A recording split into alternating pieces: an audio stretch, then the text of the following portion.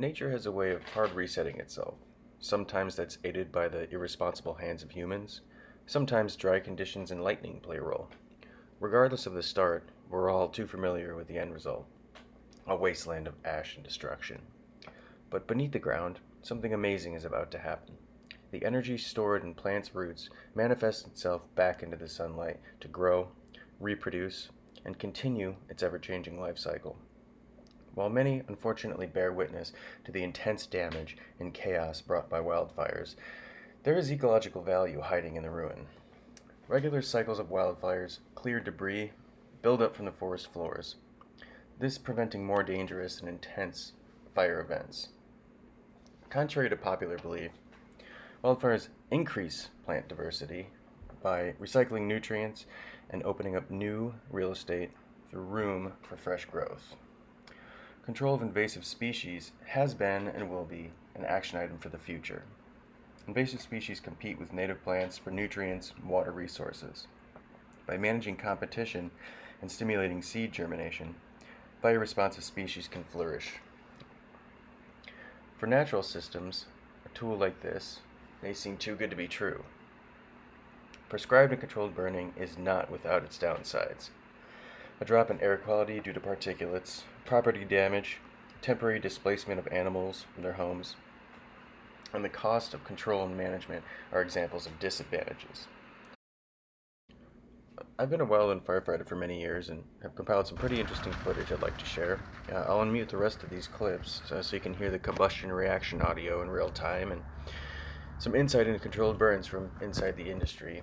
If you like this type of video, let me know and I'll make some more of them. Thanks and have a great day.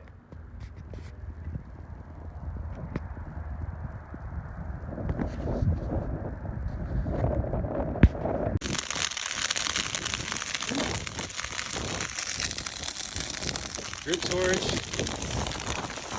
about 50 feet, nice headwind, 13 miles an hour, 25 mile an hour gust, a lot to burn left. Lift to be a little bit better. It's super dry, no rain for 4 days, sunny. This backing line turning really well.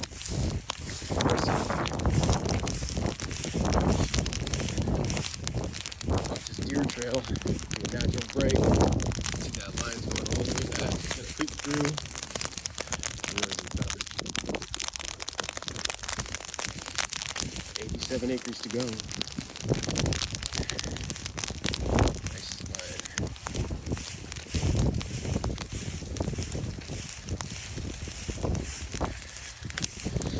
Ready to dip into those cattails. Get those out of the way. Whitetails. Sorry, buddy. Good cover. Grasses.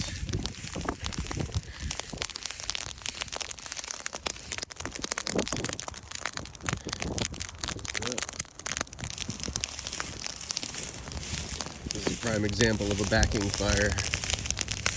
Got the burn unit over there. The green over here. Just creeping along. See which way the wind's blowing. Fire's taking it that way. Just using the fuel. Extremely controlled. Just the way you like to see it. Getting through this pretty well. Nice burn unit.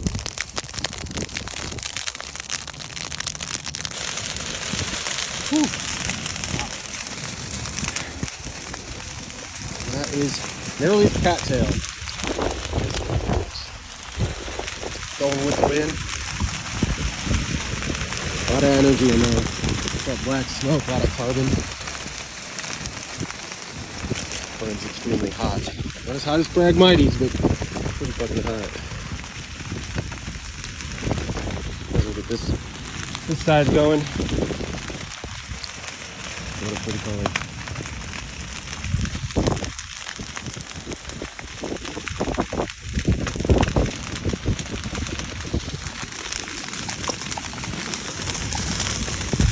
This little patch here, a good example of a fire ladder and connectivity. You can see it right here. I'm in a wetland We've got these cattails here, this typha, and the reed canary grass, or the phalaris, is making a nice little dense patch of vegetation to burn through. So the phalaris is carrying the fire going across the top of this wetland, which is allowing it to burn. It's a good example of, it's called fuel ladder and connectivity.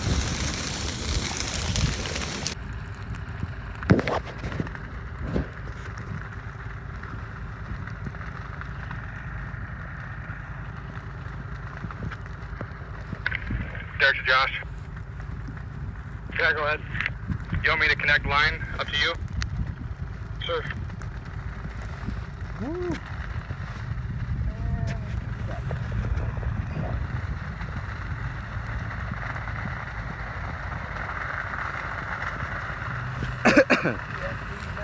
Woo! Jesus, red hot.